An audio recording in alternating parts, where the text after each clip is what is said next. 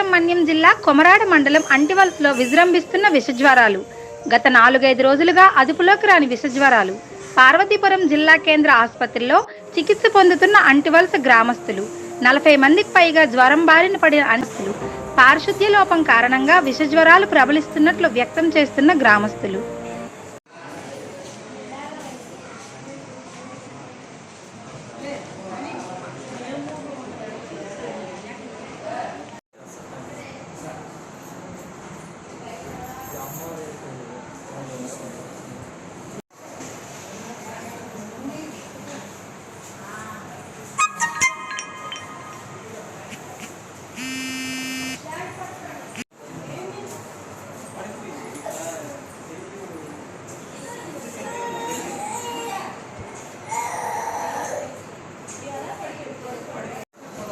City cell నిన్న చూసాను case candidate లక్షణాలు చెప్పాను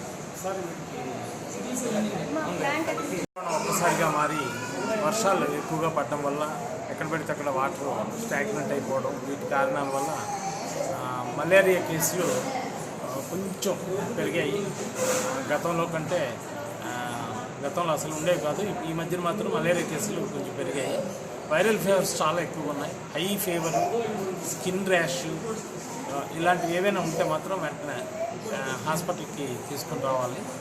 అలాగే డెంగ్యూ కేసులు ఇంకా ఏం ప్రజెంట్ అవ్వలేదు.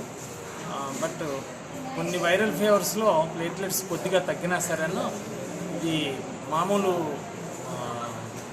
హాస్పిటల్లో ట్రీట్మెంట్తో నయం చేయబడుతుంది. డెంగ్యూ కేసులు అయితే మాత్రం ఇంతవరకు ప్రజెంట్ అవ్వలేదు.